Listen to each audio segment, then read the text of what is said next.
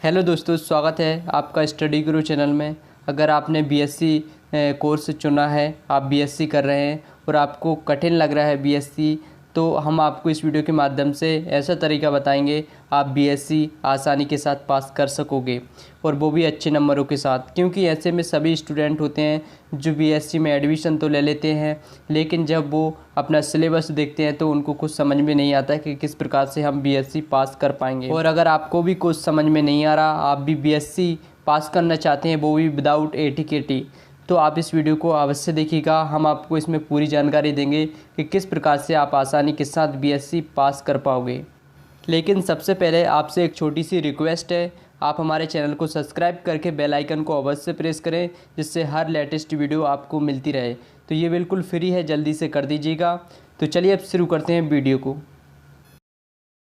ये जो तरीका हम आपको बीएससी पास करने का बताने वाले हैं, ये आपकी परीक्षाओं पर 100% पॉजिटिव इफेक्ट डालेगा।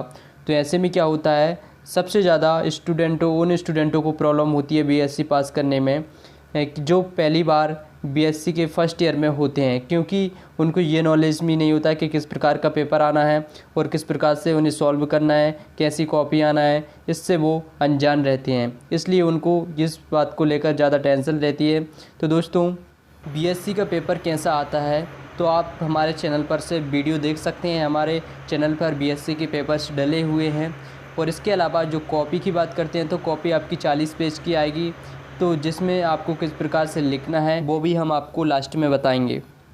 लेकिन सबसे पहले ये जान लेते हैं कि आपको याद कैसे करना है, क्योंकि याद करने में सबसे ज़्यादा प्रॉब्लम आती है।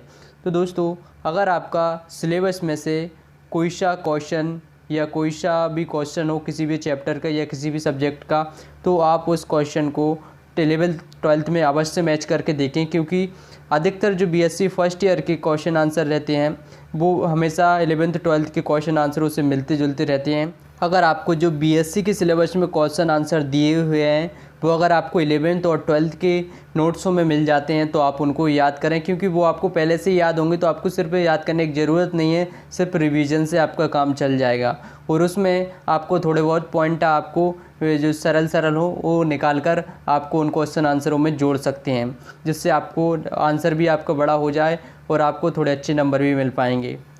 और जो सेकंड ईयर के स्टूडेंट होते हैं और थर्ड ईयर के स्टूडेंट होते हैं, वो भी कुछ इसी प्रकार से अपना सिलेबस कंप्लीट कर सकते हैं। लेकिन जो थर्ड ईयर के स्टूडेंट होते हैं, उन्हें थोड़ा अच्छा पढ़ना चाहिए, क्योंकि उनकी फाइनल ईयर होता है, जिसलिए उनकी अच्छी परसेंटेज बन सके।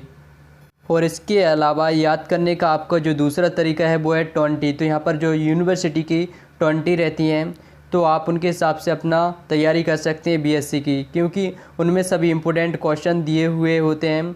तो यहाँ पर आपको कम क्वेश्चन भी देखने को मिलेंगे, कम याद भी करना पड़ेगा आपको, और हर यूनिट में से एक प्रश्न ज़रूर पूछा जाता है और एक आपका अथवा में अलग से रहता है।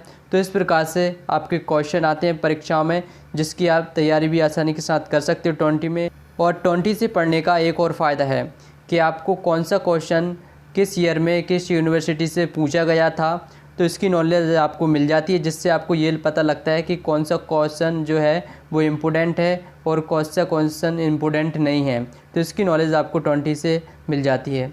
ये तरीका तो याद करने का तरीका था कि किस प्रकार से आपको सिलेबस कंप्लीट करना है।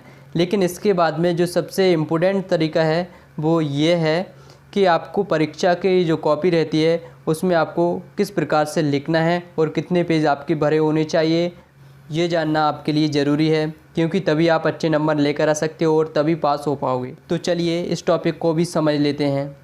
अगर आप बीएससी में अच्छे नंबर लेकर आना चाहते हैं और अच्छे से पास होना चाहते हैं, तो आपको इस ट्रिप का फॉलो अवश्य करना होगा। सबसे पहले आपका इम्पोर्टेंट होता है कि आप कंटेंट किस प्रकार से कॉपी में लिख रहे हैं। तो यहाँ पर आपको बिल्कुल स्पष्ट रूप से अपना कंटेंट लिखना है, जमा कर सबसे पहले ऊपर आप क्वेश्चन डाल सकते हैं। इसके बाद में नीचे से आप आंसर लिखना स्टार्ट कर सकते हैं, और आंसर कुछ इस प्रकार से लिखना है सामने वाले व्यक्ति को समझ में आए। और आपका आंसर थोड़ा बड़ा होना चाहिए और स्पष्ट होना चाहिए। कम से कम यहाँ पर 40 पेज की जो कॉपी आती है, उसमें से आपको कम से कम 30 पेज तो आपको ज़रूर भरने चाहिए। 30 पेज आपके ज़रूर भरे होने चाहिए। और इसके बाद में आप अपने हिसाब से 40 भी भर सकते हैं। कम से कम 25 से 30 पेज तो आपके भरे होने चाहिए। और ऐसा नहीं है कि आप कॉपी में हर कुछ लिख दो, लेकिन आपको जो कंटेंट है, जो प्रश्न पूछा है, उसी से संबंधित आपको लिखना है, तभी आपको नंबर मिलेंगे।